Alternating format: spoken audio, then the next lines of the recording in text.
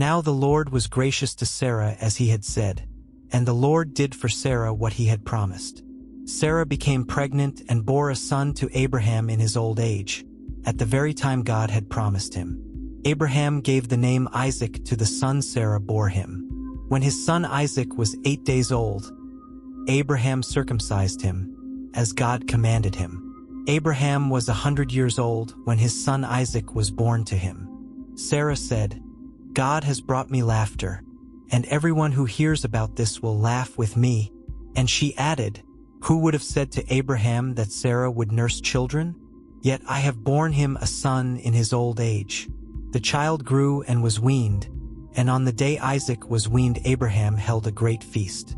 But Sarah saw that the son whom Hagar the Egyptian had borne to Abraham was mocking, and she said to Abraham, "Get rid of that slave woman and her son, for that woman's son will never share in the inheritance with my son Isaac."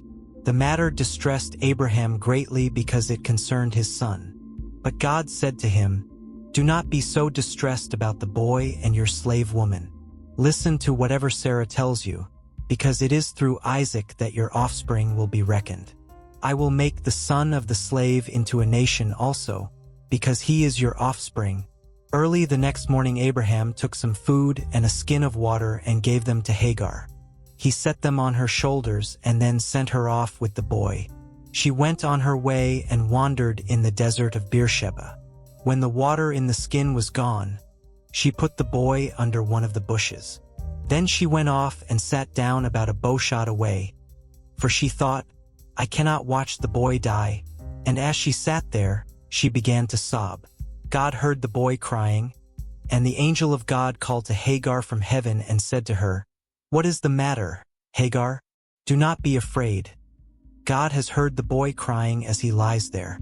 Lift the boy up and take him by the hand, for I will make him into a great nation."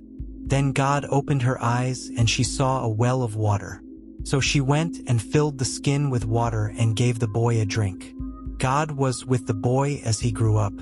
He lived in the desert and became an archer. While he was living in the desert of Paran, his mother got a wife for him from Egypt. At that time Abimelech and Phicol, the commander of his forces, said to Abraham, "God is with you in everything you do. Now swear to me here before God that you will not deal falsely with me or my children or my descendants.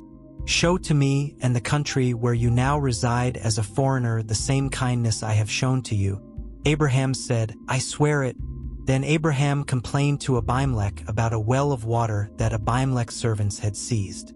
But Abimelech said, "I don't know who has done this. You did not tell me, and I heard about it only today." So Abraham brought sheep and cattle and gave them to Abimelech, and the two men made a treaty. Abraham set apart 7 ewe lambs from the flock, and Abimelech asked Abraham, "What is the meaning of these 7 ewe lambs you have set apart by themselves?" He replied, "Accept these 7 lambs from my hand as a witness that I dug this well." So that place was called Beersheba, because the two men swore an oath there.